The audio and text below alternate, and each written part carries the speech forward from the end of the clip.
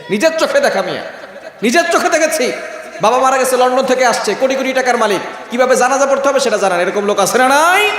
এজন্য সন্তানকে ধর্মীয় শিক্ষা দেন। আপনার সন্তান যাতে করে আপনার জানাজা পড়াতে পারে। একদিন সকলকে চলে যেতে হবে। We have to go back to our Lord. এখন ঘুমিয়েছেন, ঘুম ভাঙলে সকাল, না ভাঙলেই পরকাল। শ্রদ্ধেয় জসিম ভাই, বড় ভাই, আপনি উপরে চলে আসেন, আসেন। মাশাআল্লাহ, সারা বাংলাদেশে আমাকে নিয়ে ঘোরে। আপনারা চিনেন না? এলাকারই সন্তান, সারা বাংলাদেশে আমাকে নিয়ে ঘোরে। টেকনাফ থেকে তেতুলিয়া, রূপসা থেকে পাথুরিয়া, গোটা বাংলাদেশ আমাকে নিয়ে ঘুরছে এবং খুব বিচক্ষণ মানুষ। আমার সফরসঙ্গী যারা আছে সবাই তাকে বলে জীবন্ত গুগল ম্যাপ। মানে ওনাকে কোনো কিছু বলতে হয় না, বাংলাদেশের যে কোনো জায়গায় শুধু নাম বলবেন সব কিছু চিনে উনি। সকলে বলেন মারহাবা। আল্লাহ পাক রব্বুল আলামিন তাকে কবুল করেন, সকলে বলেন আমিন।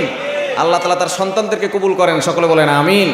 আল্লাহ তাআলা তাকে ও তার পরিবারের সকলকে সুস্থতার সাথে নেখায়াত দান করেন, সকলে বলেন আমিন। আল্লাহ পাক রব্বুল আলামিন তার মা বাবাকে দুনিয়া থেকে নিয়ে গিয়েছেন, আমরা দোয়া করব আল্লাহ পাক রব্বুল আলামিন তাদের কবরখানা জান্নাতের বাগান বানিয়ে দেন, সকলে বলেন আমিন। আমি আপনাদের সম্মুখে পবিত্র কোরআনুল কারীমের 2 নম্বর পারা 6 নম্বর পৃষ্ঠার 11-12 নম্বর লাইন সূরা বাকারার 183 নম্বর আয়াত তেলাওয়াত করেছি। আল্লাহ রাসূল সাল্লাল্লাহু আলাইহি ওয়াসাল্লামের অসংখ্য অগণিত হাদিসসমূহের মধ্য থেকে সহিহ বুখারী শরীফের 38 নম্বর হাদিস পাঠ করেছি। যদি আল্লাহ তাআলা আমাকে তৌফিক ইনায়াত করেন, উক্ত আয়াত এবং হাদিসকে সামনে রেখে কিছু আলোচনা করার চেষ্টা করব ইনশাআল্লাহ। ওমা তাওফীকি ইল্লা বিল্লাহ। আজকে আমরা কোরআন থেকে আলোচনা শুনবো সূরা বাকারার 183 নম্বর আয়াত। কত নম্বর আয়াত বলেন তো? 183 নম্বর আয়াত। আর বলেন মাসের নাম কি? এই মাসের মর্যাদা কম না বেশি? আর জয় বলেন কম না বেশি? এই মাসে আমাদের কিছু করণীয় আছে, কিছু বর্জনীয় আছে, ঠিক কি না? অল্প কিছু করণীয় বলবো, অল্প কিছু বর্জনীয় বলবো, কেননা বেশি বলে মনে রাখতে পারবো না, তাই না? আমরা অনেক আলোচনা শুনেছি। এই রমজানে আমাদের কিছু করণীয় আছে, 6টি করণীয়ের কথা বলবো, 6টি বর্জনীয়ের কথা বলবো। এই 6টি করণীয় এবং বর্জনীয় এগুলো শুনে তারপরে বাড়িতে নিয়ে যাব, যাতে করে আমরা আমল করতে পারি। করা যাবে তো ইনশাআল্লাহ? করতে পারবো তো ইনশাআল্লাহ? তো রমজান মাসের সম্মান কম না বেশি? আর জোরে বলেন, বলেন তো মাস কয়টা মোট বছরে?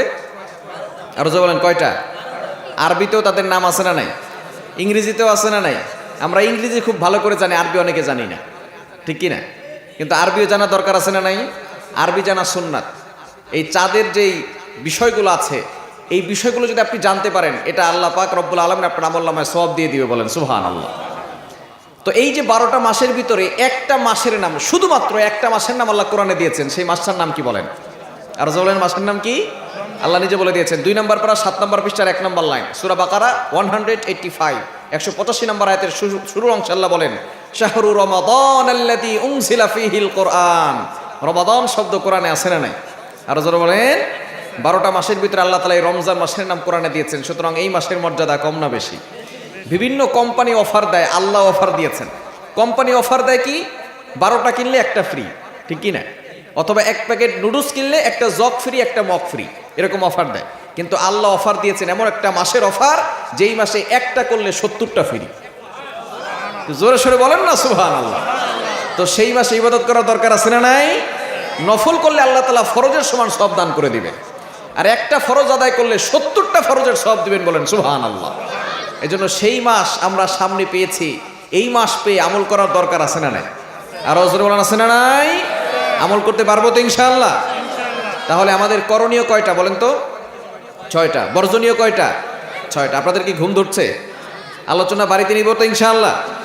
দাদার নাতি হওয়ার পরে প্রতিমধ্যে প্রধান বক্তা যিনি আসছেন তিনি বলেছেন, দেখেন আমাদের বাংলাদেশে ওয়াজ তো কম হয় না, অনেক ওয়াজ হয়, কিন্তু আমরা আমল করি না। এক কান দিয়ে ঢোকে আর এক কান দিয়ে বের হয়, ঠিক কি না? এই কথা বলে প্রধান বক্তা বলেছেন যে যেখানেই থাকেন না কেন একটা ওয়াজ সারা জীবন মনে রাখবেন, এই একটা ওয়াজ কখনো ছাড়বেন না। ওয়াজটা হচ্ছে কি? যে যেখানেই থাকেন না কেন ফরজ কখনো তরক করা যাবে না। কি বলেন? ফরজ ছেড়ে দেওয়া যাবে? ফরজ ছেড়ে দেওয়া যাবে? এই কথা বলে প্রধান বক্তা মোনাজাত করে দিয়েছেন। এবার সবলে বাড়ির দিকে রওনা হয়েছে, দাদার নাতি তারাও বাড়ির দিকে রওনা হয়েছে। প্রতিমধ্যে একটা খাল বেঁধেছে। খাল চিনেন আপনারা? খাল চিনেন না? খালে যদিও পানি অল্প, কিন্তু হাঁটুর উপর পর্যন্ত উঠে যাবে।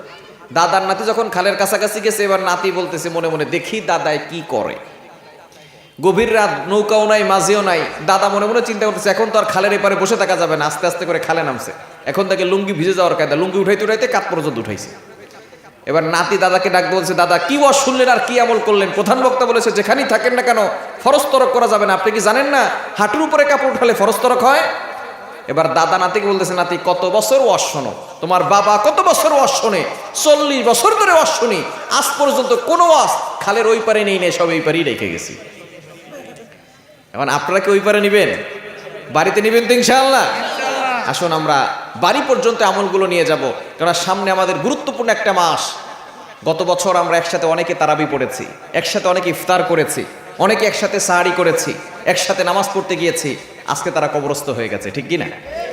তো এই সামনের রমজান আমরা পাওয়ার পরে আগামী রমজান পাবো কিনা এর কোনো গ্যারান্টি কি আছে? এজন্য আসুন এই রমজানটাকে আমরা বেস্ট রমজান করব, যাতে করে এই রমজানটা সুন্দরভাবে কাটে।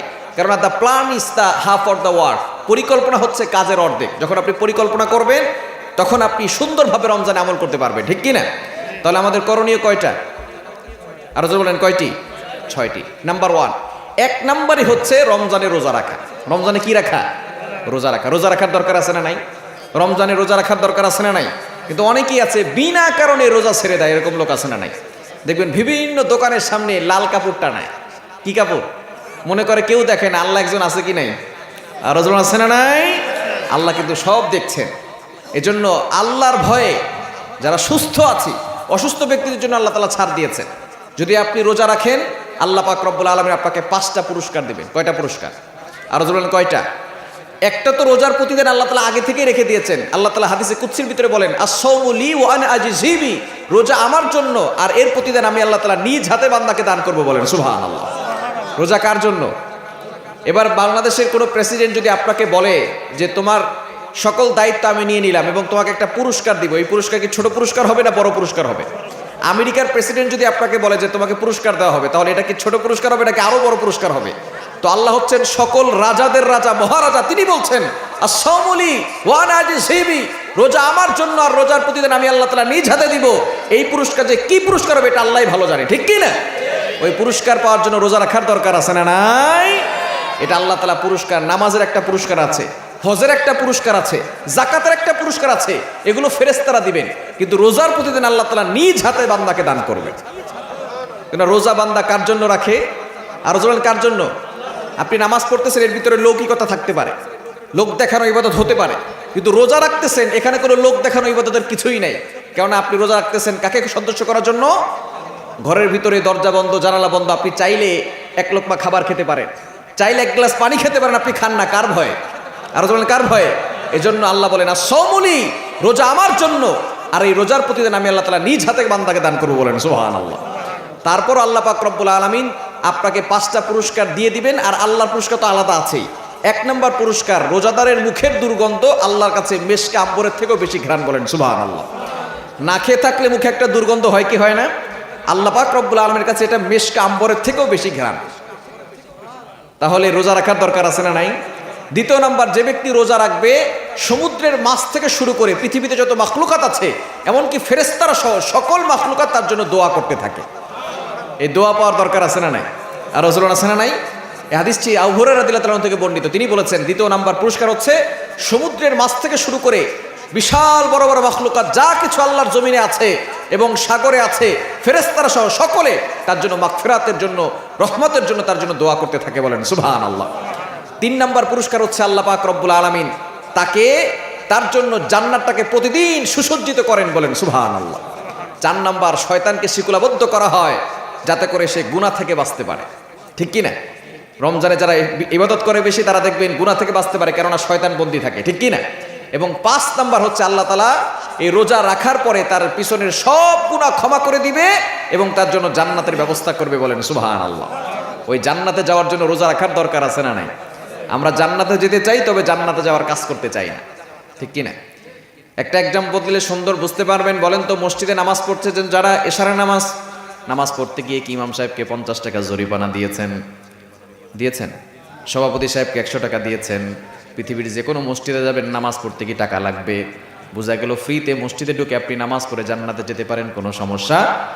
কিন্তু সিনেমা হলে যেতে টাকা লাগে কি লাগে না? ওয়াইফাই বিল আছে না নাই? ডিশের বিল আছে না নাই? মদ খাইতে টাকা লাগে কি লাগে না? গাঞ্জা খাইতে টাকা লাগে কি লাগে না? মুসলমান ফ্রিতে মসজিদে ঢুকে জান্নাতে যেতে চায় না, তবে টাকা দিয়া জাহান্নামে যেতে চায়। এজন্য নামাজ পড়ার দরকার আছে না নাই? ইবাদত করার দরকার আছে না নাই? রোজা রাখার দরকার আছে না নাই? যদি জান্নাতে যেতে চায় আল্লাহর ইবাদত করতে হবে, তাহলে দুনিয়াও সুন্দর হবে, আখিরাতও সুন্দর। যিনি করবেন তিনি কে? আরো জোরে বলেন তিনি কে? তাহলে এক নাম্বার আমাদের করণীয় হচ্ছে রোজা রাখবো। পারবো তো ইনশাআল্লাহ? রোজা যদি কেউ না রাখে তাহলে তার কি শাস্তি হবে? শাস্তিটাও জানার দরকার আছে না নাই? ভালো করে শুনেন। অনেকে ইচ্ছাকৃতভাবে রোজা ছেড়ে দেয়, কোনো কারণ নাই, বিনা কারণে রোজা ছেড়ে দেয়। রোজা হচ্ছে একটা ফরজ বিধান। যদি কোনো ব্যক্তি একটা রোজা ভেঙে ফেলে, যদি সারাটা বছর সারা জিন্দেগি সে রোজা রাখে, তাহলে ওই একটা রোজার কাফফারা সে আদায় করতে পারবে। যদিও রোজার কাফফারা 60টা আছে, কিন্তু সে যদি সারা বছর রোজা রাখে, এই রমজানের যে একটা রোজা, এই ফজিলত সে কখনো পাবে। এর জন্য রোজা রাখার দরকার আছে না নাই? রোজা রাখার না রাখার কি শাস্তি? একবার নবীজি সাল্লাল্লাহু আলাইহি সাল্লাম স্বপ্নে দেখলেন তিনি ঘুমিয়ে আছেন। হঠাৎ করে দুইজন ফেরেশতা তার সামনে আসছেন। আসার পরে বলতেছেন, ইয়া রাসূলুল্লাহ, হাবিবাল্লাহ, আপনি চলুন। নবীজি সাল্লাল্লাহু আলাইহি সাল্লামকে দুই পাশে দুইজন হাত ধরে টেনে নিয়ে গেলেন। এবার নবীজি সাল্লাল্লাহু আলাইহি সাল্লামকে একটা পাহাড়ের কাছে নিয়ে গেলেন। বলেন, ইয়া রাসূলুল্লাহ, ইয়া হাবিবাল্লাহ, আপনি উপরে উঠুন। নবীজি বললেন, আমি তো উপরে উঠতে পারবো না। দুইজন ফেরেশতা দুই কাঁধটাকে ভালো করে ধরে তাকে আস্তে আস্তে করে উপরে নিয়ে গেলেন। যখন পাহাড়ের মাঝামাঝি জায়গায় গেলেন, দেখেন বিকট আওয়াজ হচ্ছে, ভয়ঙ্কর শব্দ হচ্ছে। নবীজি সাল্লাল্লাহু আলাইহি সাল্লাম বলেন, এটা কিসের শব্দ?